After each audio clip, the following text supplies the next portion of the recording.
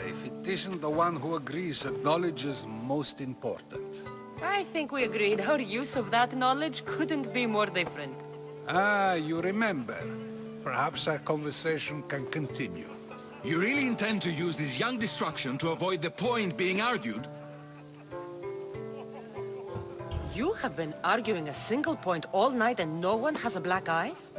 You have my attention. We're discussing the nature of rulers. We're better to do so than here. I'll ask you the same question I asked Thrasimachos. Would you agree that the act of ruling is an art? It is an art, as all worthy undertakings are. That is not up for argument. Yet, medicine is for the betterment of the patient, and not the physician. Carpentry improves the building, not the builder. Then, is the art of ruling not for the betterment of the ruled rather than the ruler? Don't be absurd! I've seen enough of the world to know that there are no just rulers. Even Pericles is self-serving. Is a Spartan general who brings order to his troops, thereby saving his own life, self-serving? I'm not sure that's the case. Ruling a city and fighting in battle are different things. By practicing the art of war, doesn't the general guarantee some of his troops a ferry ride to Hades, when a swift retreat would save all their lives?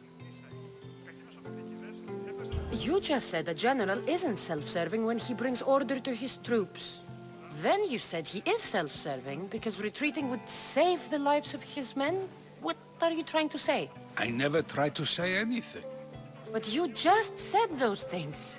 I said the words, but I didn't say anything at all.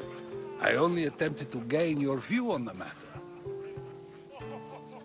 You're wasting your time. Aspasia.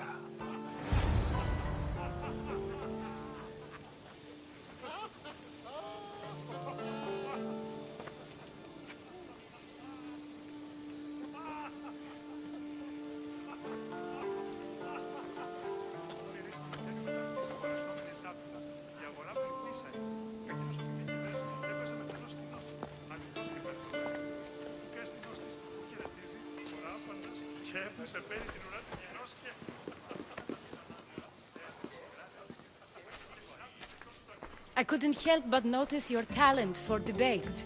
Well done. Socrates is an interesting character. Ah, Phoebe. Pericles has retired to the balcony already, has he? His ability to sneak off and sulk is second to none. I can go get him, and Cassandra can help. Everyone listens when she talks. That'll be fine. Run along. Cassandra will be right behind you. Now, allow me to introduce myself. My name is Aspasia. I had to go to great lengths to cover up your work in Megaris. Your spies have been watching me. I knew you people couldn't be trusted. We do what we must to survive, and there's no shame in that. It's how you got here, how I got here. The clothes, they fit you well, I trust.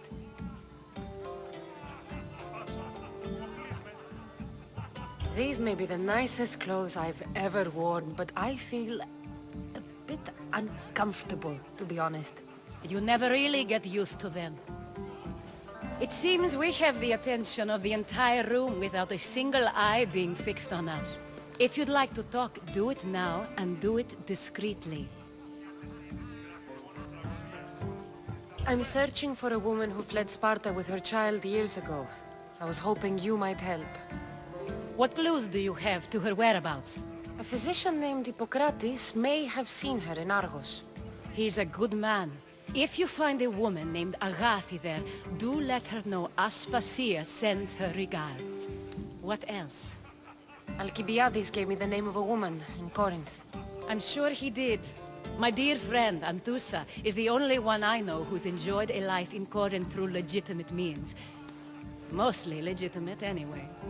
That's all I have. There is another option. In a former life, when I needed something done or someone found, I contacted a friend. An admiral of a sort. What's his name? Her name is Xenia. When we last spoke, she was in chaos. A word of caution. When you go to her, be on your guard. Sea life makes a monster out of most people. Thank you, Aspasia.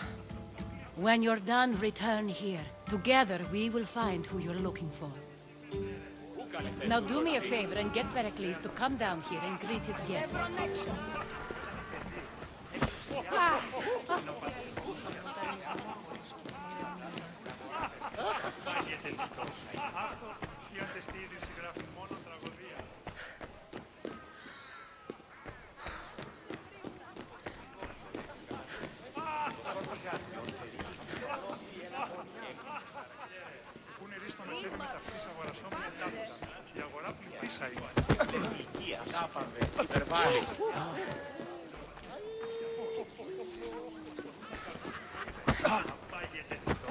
Αυτό γίνεται στη είδηση γράφει μόνο τραγωδίας.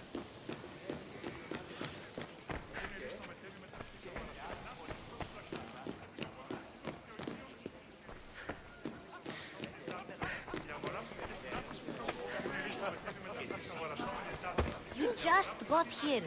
You can't leave already.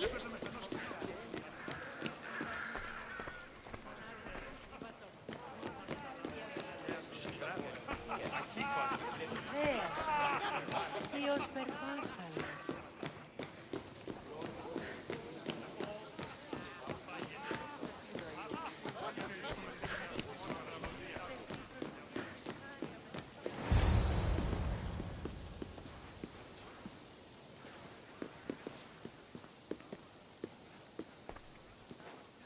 Cassandra! I didn't send for you. No matter how you've dressed for my party, Phoebe shouldn't have let you in. Phoebe did nothing wrong. Aspasia asked her to let me in. Of course she did. I can't say I'm thrilled about going down and speaking to everyone. Technically, you're a guest. If you join Herodotus and me, that should be enough for her, don't you think?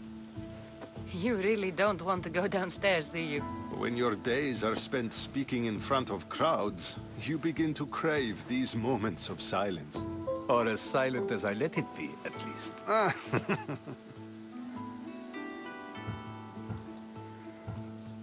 Why send Emetiochos to the fishing district if it's dangerous?